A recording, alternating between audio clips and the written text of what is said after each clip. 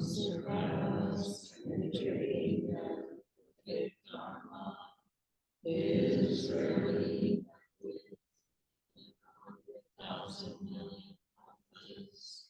I can see and listen to remember and accept. I vow to taste the truth of the Dharma's words.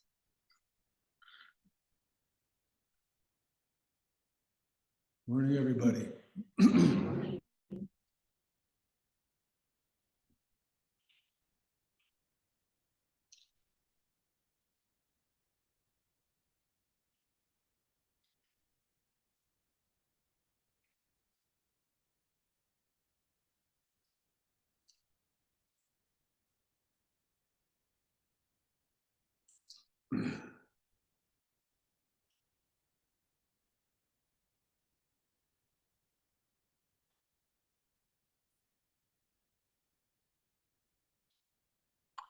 I'm really happy for myself.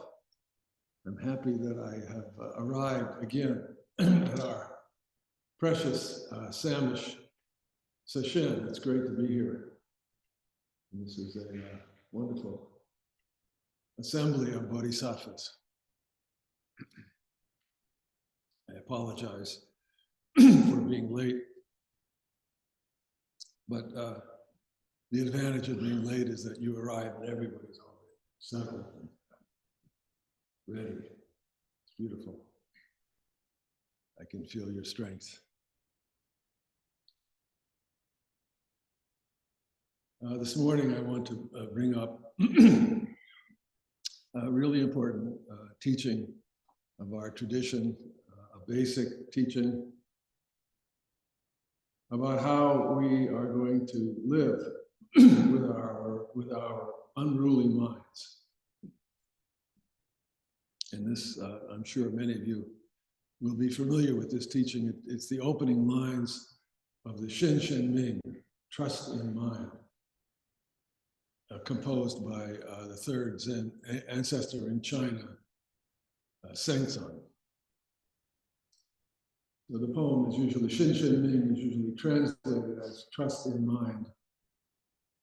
And here, mind means not just our mental faculties, but a big mind. The mind, the all-inclusive mind of reality, which we usually call, for shorthand, Buddha.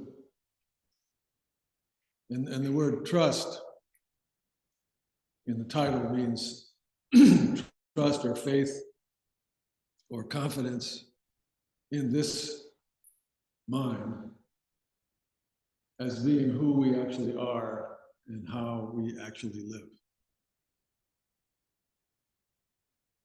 So I think we're all very aware, we know it from our sitting, but we don't have to sit, to be aware of how much our mind is full of turmoil and prejudice and confusion and all sorts of pain. So even though we all have absolute faith in our own opinions, when you look a little more, you think, like, why would I have faith in that? It's very shaky, being oneself.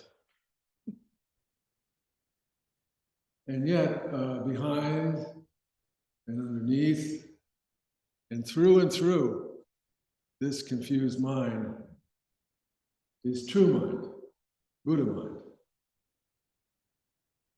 That's wonderful news. We don't have to make a Buddha mind where there isn't one already. It's there. So the question is, how do we locate it and how do we learn how to trust it? And this is what Xinxinming is about. And the opening lines of the poem are very famous. The true way is without difficulty. Just avoid picking and choosing. When you don't grasp or reject, the way enlightens itself. So this is maybe like the basic Buddhist teaching. At the very beginning, all conditioned existence is marked by suffering. What's the cause of this suffering? Grasping and rejecting. If only you could let go of grasping and rejecting, then everything would immediately become very simple. There wouldn't be any more suffering. And true mind would just appear as an everyday affair right in front of you all the time. Things would just be as they are.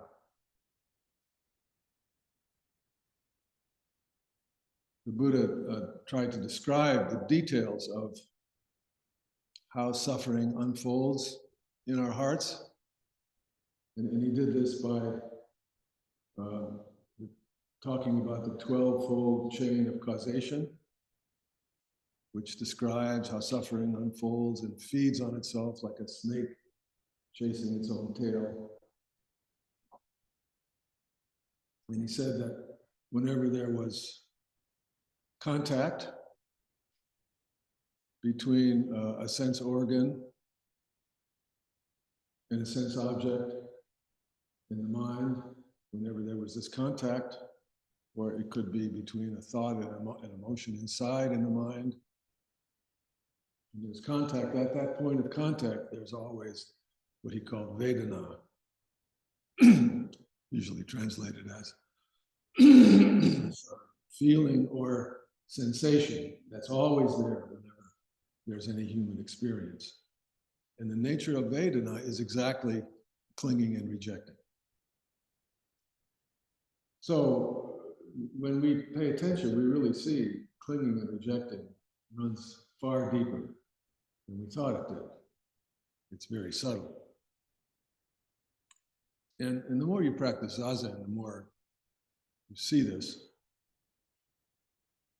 You hear about clinging and grasping in the Dharma talk, or you read about it in a book, and it sort of makes you pay attention to it. And you observe it in yourself. And you see that all the time, when you're on your cushion or off your cushion, there's always, on every moment, some clinging and rejecting. Sometimes a lot, and then you're suffering a lot, and you're really miserable, and you know it, although you can't seem to stop. Sometimes not so much, and then you tend to ignore it. But if you look, you see that it's there. And then you begin to get the idea that if you are alive in the world, there's always going to be some grasping and rejecting. Because you would rather live than die, wouldn't you? Mm-hmm. Yeah. I like life. I don't like death. I would rather live than die. And from that, everything flows. All the clinging and all the rejecting comes from this basic impulse that we don't even think about. Now, of course, Seng-ts'an, in writing his poem, understands this. So when he writes, just avoid picking and choosing, just avoid grasping and rejecting, what is he talking about? He must mean that we can accept and live our human situation in a radically different way. That there must be a way of grasping and rejecting in the spirit of not grasping and rejecting, so that when you're caught by your grasping and rejecting, there must be a way of not being caught by the grasping and rejecting that may be present. And then when you're not caught by the grasping and rejecting, there is no grasping and rejecting. I think that's what it means. And anyway, we chant the Heart Sutra all the time. And if we pay any attention, we realize there isn't anything to grasp or reject. right? Isn't that what it says? Our discriminative consciousness is based on a fundamental fallacy, on a projection, on a big illusion. It's based on an apparent separation between object and subject. The mind that perceives on the one side and the perceived object on the other side appear to us to be two different, independent things. But that's not true. There really isn't any real distinction between mind and object, which you can observe if you pay attention. Mind and object arise together as a single reality. Look at your mind. There's always something there. Nothing there, no mind. And without the mind, there's nothing there for you. So there is no real fundamental distinction between mind and object. Mind and object arise together as one reality, depending on each other so completely that they are in fact identical. And our everyday reality does not appreciate this basic fact of life. As Vasubandhu teaches us in his texts about mind, everyday reality as we know it is imaginary. It is unreal. And as human beings, we naturally need to live real lives in order to be healthy. And when our lives are not real, when they're unreal, something is wrong. Something is off. And we feel that. Buddha referred to this as dis-ease, dukkha. To be human in the ordinary way is to be dis-eased. Deep down, we know something is missing, something isn't right, and we long for wholeness. And practice is the path of wholeness, the path of belonging. As the sutra says, things are empty of separation, which means they're boundless.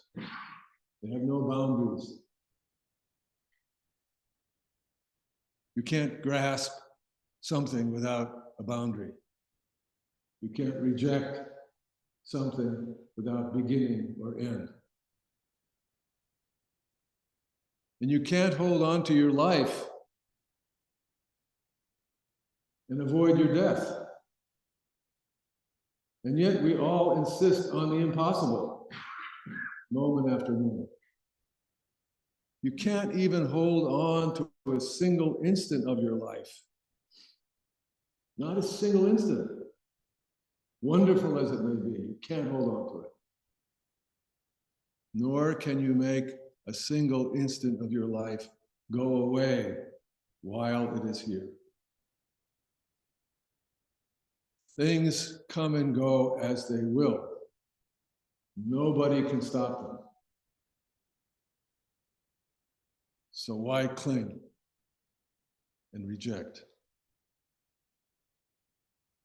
According to Buddha Dharma, it is absolutely vital to really embrace this point if you want to have some happiness and some peace of mind. And also, not incidentally, to feel some compassion. Because compassion is total acceptance. Compassion is going beyond grasping and rejecting. And this is the lucidity and the clarity that Seng-ts'an is talking about in his poem. When you appreciate what's really real and can go beyond your grasping and rejecting, then awakening is right there.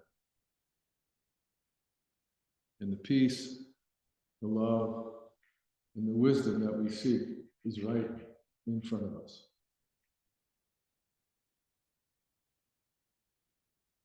I think another way of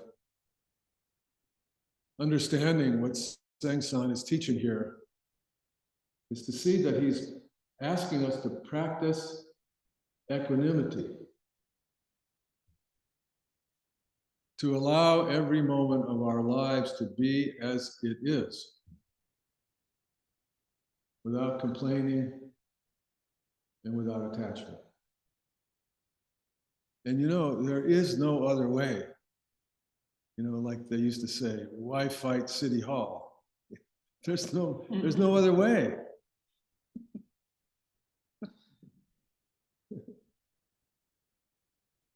Take a breath. Return to presence. And just see through your prejudices and appreciate everything, even if you don't like it. Why do you have to like it? What's the difference anyway? Really, whether you like it or not. Is it that important? Really? Whether you like it or not? What's important is what actually occurs, not what you think should have occurred. What you think is supposed to be is very, very flimsy stuff compared to the awesome fact of what is right here, right now. And equanimity is knowing that and being able to really appreciate things the way they are. The Pali word for equanimity, upeksha in Sanskrit, means etymologically, take a closer look. See things just as they are without your prejudices and your desires and your needs, so-called needs, in the way. In the classical teachings, the mind of equanimity is described as a mind that is pliable, stable, flexible, not fluttering, concentrated, pure, clean, honest. And isn't this the kind of mind that is demonstrated over and over again in the stories of the ancients? These old Zen teachers are very open and flexible. They can jump this way or that way according to conditions. They don't stick to anything. They're not blinded by their ideas. Like they say, they have room to turn around. And because of this, they could be very kind and very wise. And because they were equanimous, they were not moved at all by clinging or rejecting, even though they were human. And so they had their likes and dislikes just like anyone else.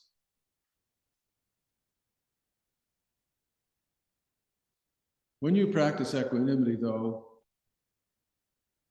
the likes and the dislikes quiet down quite a bit. You realize how much you were identifying with your likes and dislikes and clinging to them as if you were clinging to your very life. And when you loosen up, your likes and dislikes also loosen up, and some of them just disappear. And your way of looking at things changes quite a lot. You don't any longer love one and hate the other, because you have a love that's bigger than that, that doesn't require that includes everything equally. And there's absolutely nothing that could happen that would violate that love. Because equanimity also means a mind of equality. And when you let go of clinging and rejecting, you see things with a mind of equality. Each one, each happening is okay, because it must be this way. If it is this way, it couldn't be another way. This is not at all resignation to fate. This was the most revolutionary aspect of the Buddha's teaching. One does not have to resign oneself to fate. One never need feel helpless. Because when we are practicing, every moment we are planting seeds of goodness that will make the future brighter. So it's not fatalism. But it does mean that right now, in this unrepeatable and ungraspable moment, things are as they are. And we can accept them because we understand them and we know where they come from. Zhao liked to quote Seng-ts'an in his opening lines.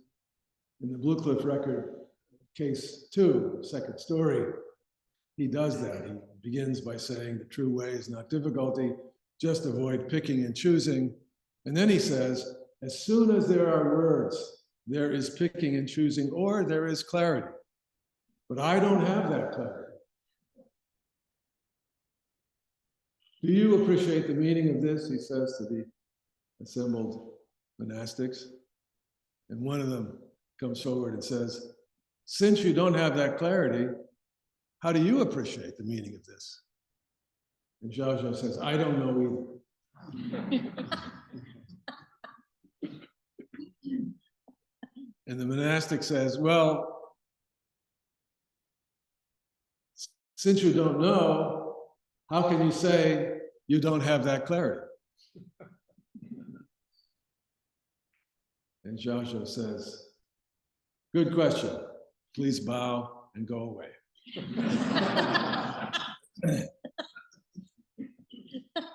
we love Zhao. He's so subtle with his words.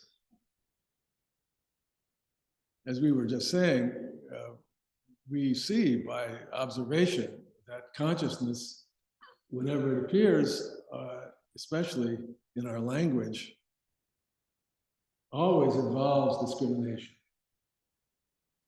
And that's why it would appear sometimes that the Zen masters are trying to warn us away from language. But here, surprisingly, Zhao says that when words appear, there can be discrimination, but there can also be freedom, which is surprising. He says that. So he's saying, yeah, language certainly can be a trap. We get so caught by our ideas, our concepts, our words.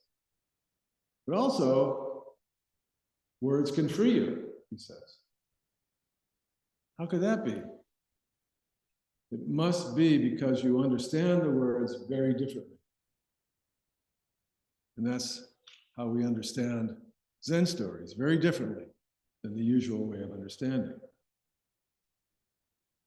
We have an ungraspable feeling for the language of these stories. Then he says, I don't have that freedom. Why would he say that? Because he doesn't have that freedom. He isn't caught in the language trap in which As soon as you say you're free or think you're free, you're immediately bound. By what? By that concept of freedom. There really isn't any freedom or bondage. There's just what is, neither free nor bound, or both free and bound. Equanimity, things as they are. So then Zhaozhou turns to the Sangha. How do you appreciate this teaching? And the monastic says, what about you? How do you appreciate it? And he says, I don't understand it.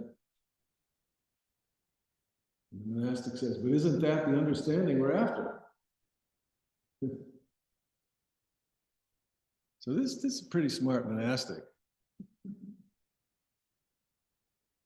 Pretty nervy and quick on her feet, but seems to still not be able to get over the idea that surely Zhaozhou has achieved something. Or maybe she thinks she's achieved something. Or maybe she thinks there's something she should be achieving that she hasn't yet achieved. And Zhaozhou says, good question. Bow and go away. Keep asking the question.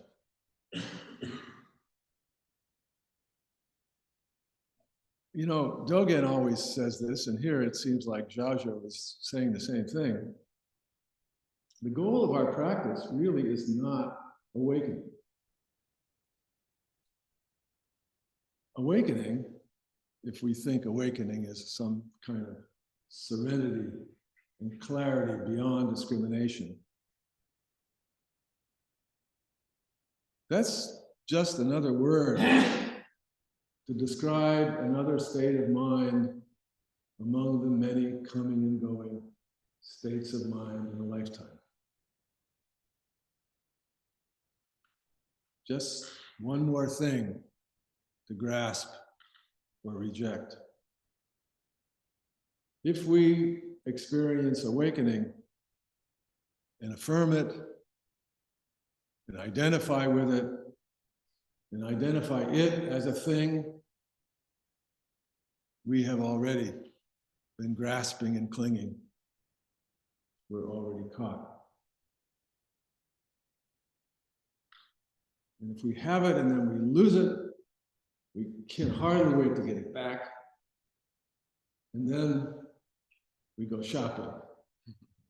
We go to the spiritual marketplace, hoping to find the latest teacher or teaching, the latest app or product that will bring us back to our desired state and out of our undesired state, which will become more and more painful with our rejection and denial of it. That's the opposite of equanimity.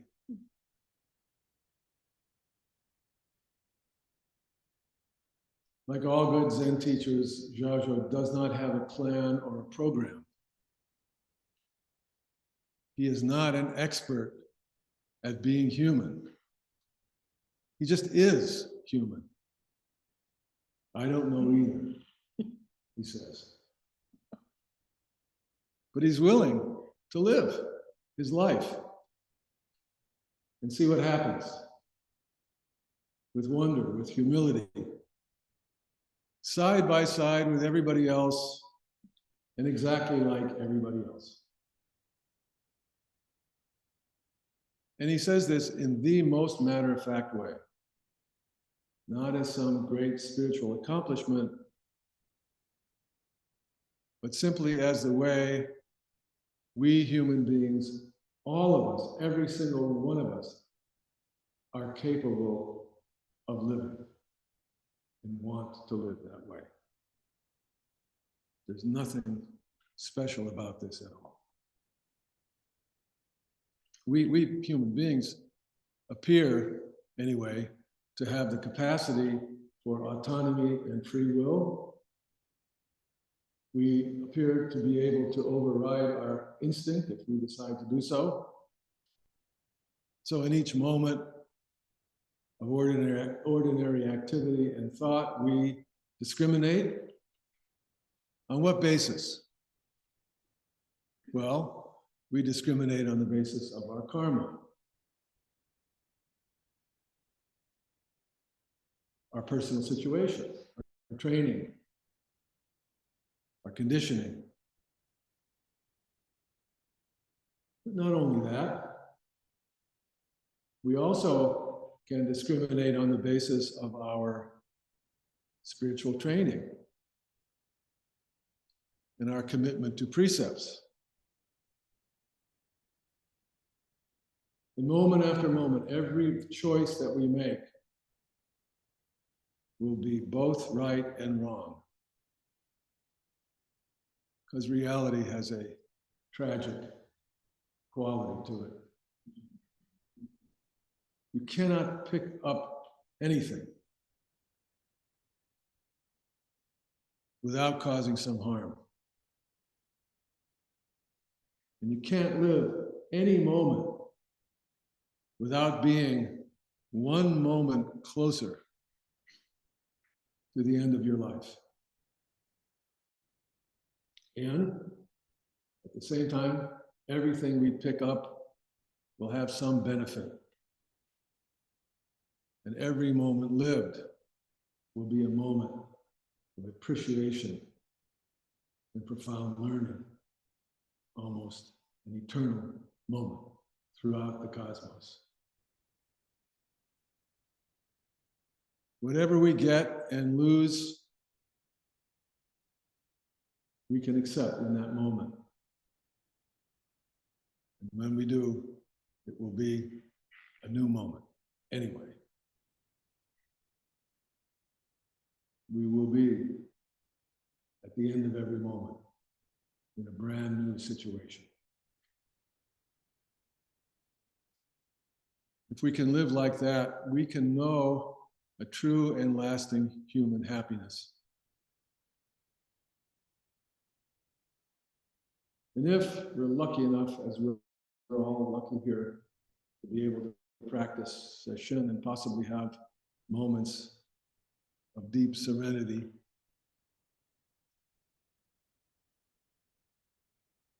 we don't get too excited about it. Because we know that every moment, beautiful or ugly, is a passing moment. And when we know that, we enjoy those moments of tranquility and insight even more.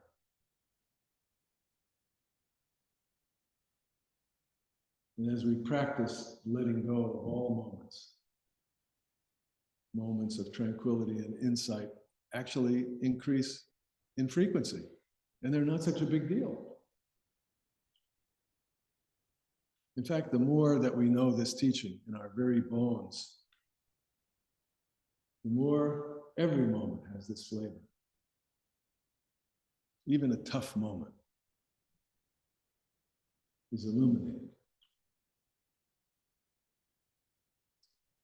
Actually, the Blue Cliff record has 4 stories, 4 different stories out of the 100 stories in the Blue Cliff record involve Zhao commenting on the same teaching, each time differently, depending on the conditions. Because I think he understood it differently every time. In the 57th story, a monastic says, the ultimate path has no difficulties, just avoid picking and choosing. What is not picking and choosing? And Zhao says, in the heavens above and in the earth below, I alone am the world honored one. And this monastic, think of the chutzpah of this monastic, says to him, Isn't that still picking and choosing? And Xiaozhou says, you idiot. Where's the picking and choosing in that? Which left the monastic speechless. So this time the monastic is emphasizing the basic point that we've been talking about, that there's always discrimination. There's no avoiding it as long as we're alive. And that the more we look at it, the more painful it gets. I always say to people, practice actually makes your life worse. It's true. Anybody who practiced a long time say, oh, I was much better off.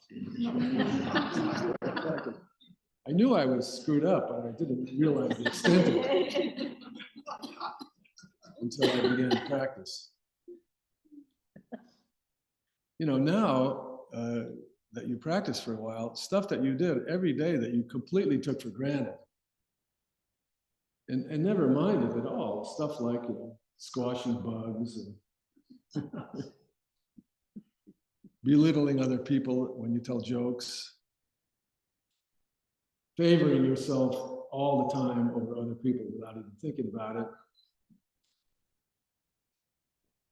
trashing your body and mind because you didn't have time to pay attention. All that stuff that you cheerfully were able to do before without worrying about it, now you find it very painful. And it's frustrating that you can't stop doing it. Even the very fact of being alive and doing well in an unjust world, which now we recognize, we say we have a word for that, we're privileged. Even that is painful. And this monastic is saying, isn't that how it is? And there's nothing we can do. Anyway, he's asking, he's putting this to Xiaozhou. And Xiaozhou answers him by quoting the words that in Zen tradition we say that the Buddha said right after he was born. The Buddha was not a regular kid, regular baby. If you have a baby, I very much doubt your baby will do what the Buddha did, which is immediately pop out of the womb, take 7 steps forward, put one finger up pointing to the heavens and one finger down pointing to the earth, and said, and the heavens above and the earth below, I am, which is why the baby Buddha statue, you see, on Buddha's birthday looks like that. That's what the Buddha said. In the heavens above and the earth below, I alone am the world honored one. And Xiaozhou, in quoting these words, is basically saying, our very picking and choosing is Buddha. Every moment, everything that happens is Buddha. Even the pain, even the sorrow. Every choice we make is as it must be. If that's so, is there any picking and choosing at all? Did any of us ever pick and choose anything? But then the monastic says, but isn't that already picking and choosing? And it seems from the story that Xiaozhou actually lost it. He got mad at this monastic. And he got mad at him for the one good reason to get mad at somebody. There's one really good reason to get mad at somebody. How can you disrespect yourself so profoundly? How can you treat yourself like that? How can you fail to see who you really are? How can you take this precious human life that you've been given for reasons you will never understand and treat it as if it were something small and mean and worthless? That's how come Xiaozhou gets mad at this monastic. And the monastic, feeling the passion of Xiaozhou's concern, is rendered speechless. The very next story is another one, 58. A monastic says, the ultimate path has no difficulties, just avoid picking and choosing. Isn't this a cliche?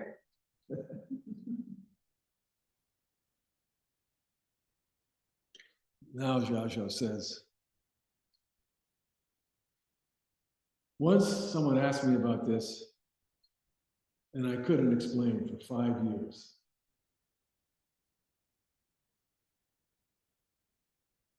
Teachings do become cliches, don't they? I say to people, you know, if you ask the AI robot a Dharma question, it's guaranteed that you'll get a better answer from the AI robot than from any Dharma teacher on the planet. Because the AI robot knows what all the Dharma teachers know. Every Dharma teacher only knows what they know. Spiritual teachings do become cliches. Easy to mix and match them and spit them out.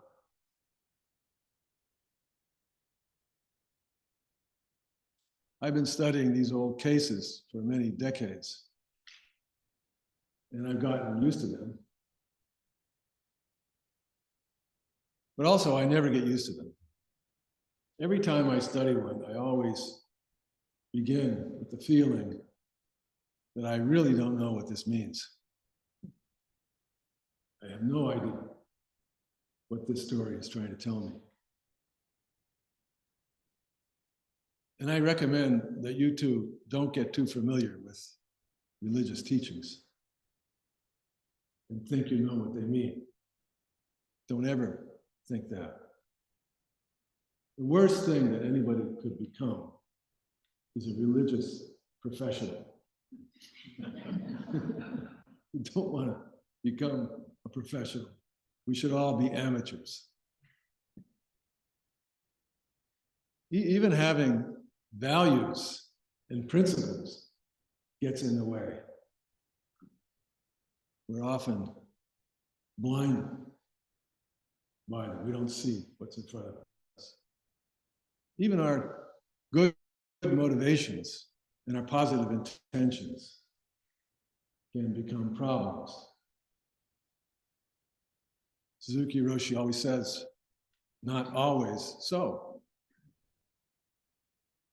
Maybe it was so before. Maybe it's even so right now. But that doesn't mean it'll be so always. Right or wrong, good or bad. This is it. So every time someone asks Zhao about picking and choosing, he has to start all over again from the beginning. This time, he says, yeah, they asked me about this and I thought it over for 5 years and I couldn't figure it out. Maybe he couldn't figure it out in 100 years. And maybe if he could figure it out and explain it perfectly well, that would not be such a good thing.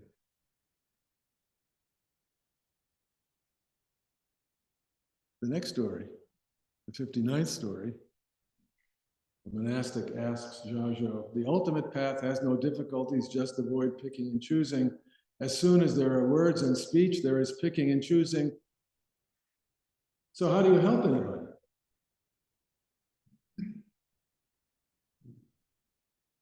Zhao said to the monastic, quote the whole poem.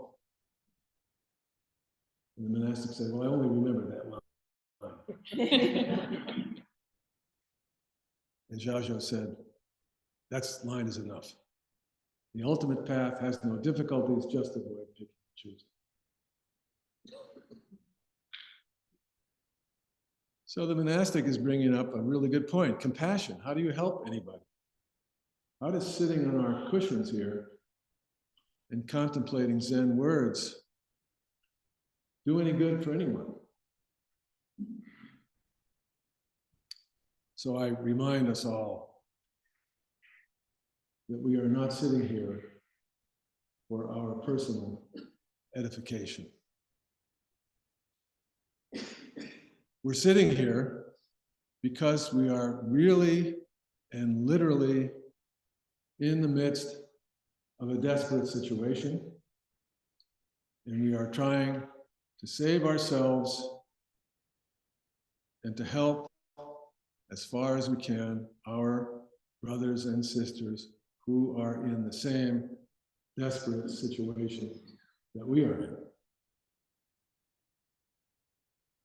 But how exactly does this help?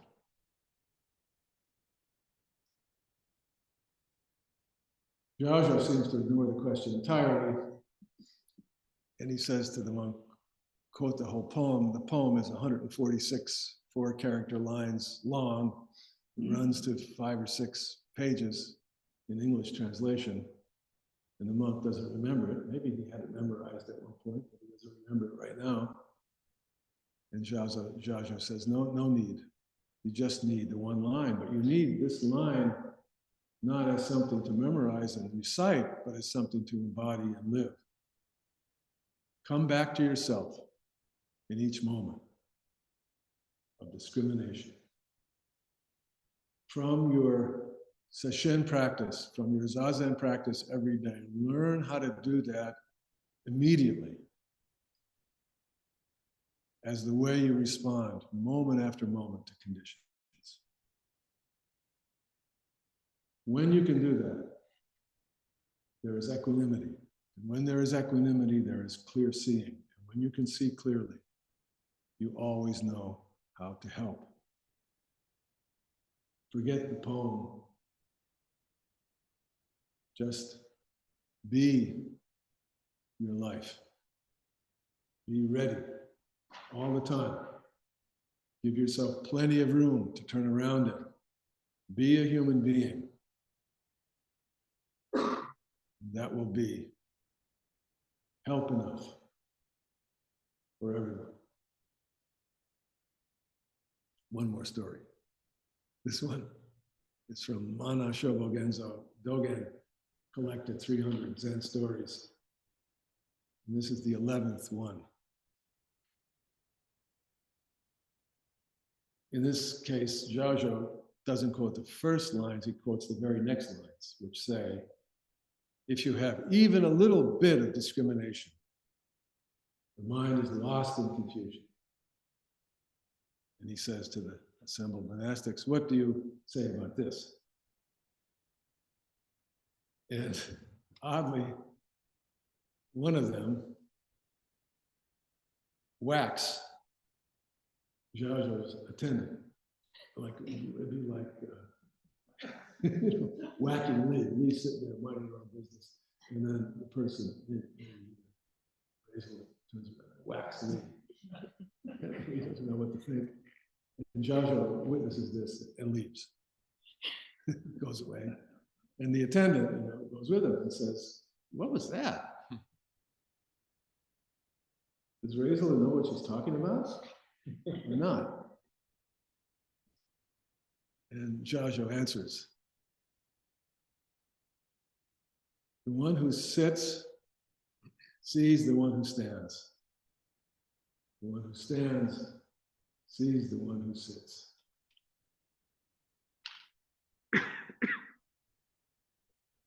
So that's it. We sit, then we are the sitting person. We stand, now we're the standing person. We walk, now we're the walking person. Because we see and hear and think, we see difference, and we don't. And we understand, and we don't. We open our eyes, and we see one another truly. And in seeing one another, we see ourselves. Because the only way you can really see yourself is to see the other. And as soon as we disrespect one another, we disrespect ourselves, our true nature. And then we distort our human heart, and you can see what happens. And yet, we do that.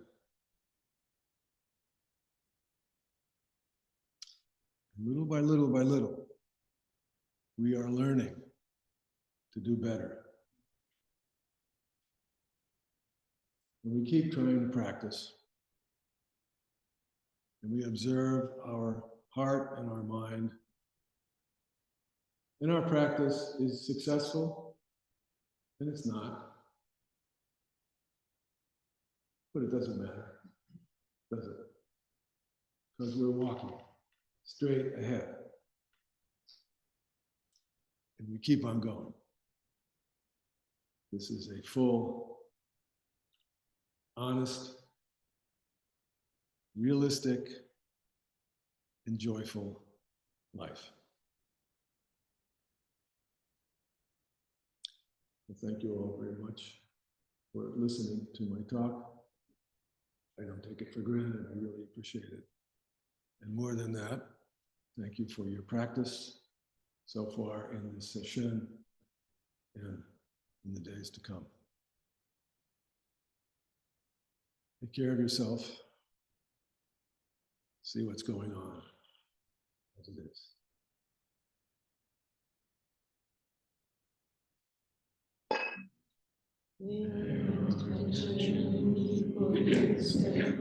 Every being place with the true miracle Buddha's way.